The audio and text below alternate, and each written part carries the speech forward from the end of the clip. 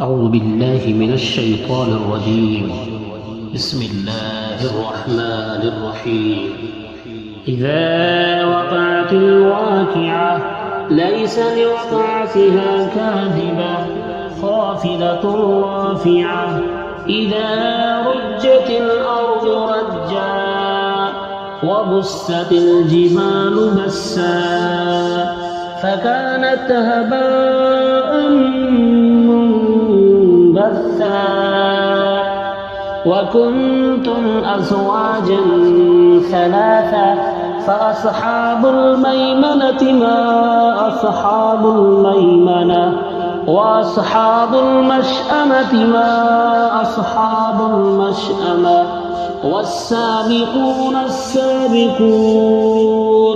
أولئك المقربون في جنات النعيم ثلة من الأولين وقليل من الآخرين على سرر موضونة متكئين عليها متقابلين يطوف عليهم ولدان مخلدون بأكواب وأباريق وكأس من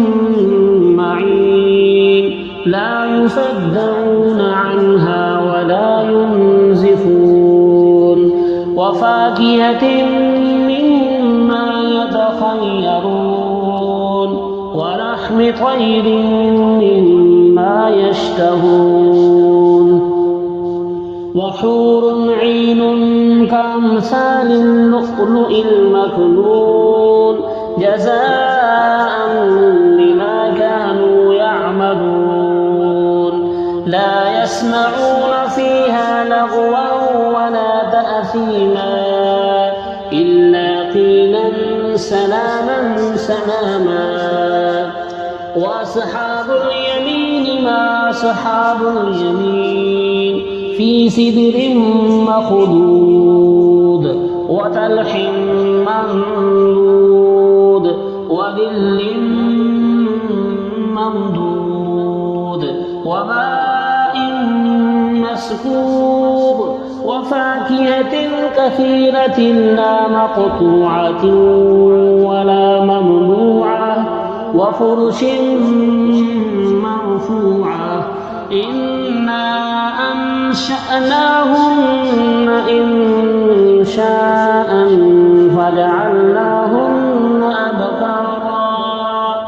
عربا أترابا لأصحاب اليمين ثلة من الأولين وثلة من الآخرين وأصحاب الشمال ما أصحاب الشمال في سموم وحميم وظل من يحموم لا بارد ولا كريم إنهم كانوا قبل ذلك مترفين وكانوا يصرون على الحنث العظيم وكانوا يقولون أئذا متنا وكنا ترابا وعظاما أئنا لمبعوثون أو آباؤنا الأولون قل إن الأولين والآخرين لمجموعون إلى ميقات يوم معلوم ثم إنكم أيها الضالون المكذبون لآكلون من شجر من زقوم فمالئون منها البطون فشاربون عليه من الحميم فشاربون شرب الهيم هذا نزلهم يوم الدين نحن خلقناكم فلولا تصدقون أفرأيتم ما تمنون أأنتم تخلقونه أم نحن الخالقون نحن قدرنا بينكم الموت وما نحن بمسبوقين على أن نبدل أمثالكم وننشئكم فيما لا تعلمون ولقد علمتم النشأة الأولى فلولا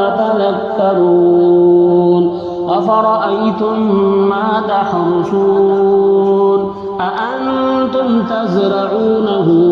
أم نحن الزارعون لو نشاء لجعلناه حطاما فظلتم تفكرون إنا لمغرمون بل نحن محرومون أفرأيتم الماء الذي تشربون أأنتم أنزلتموه من المزن أم نحن المنزلون لو نشاء جعلناه أجاجا فلولا تشكرون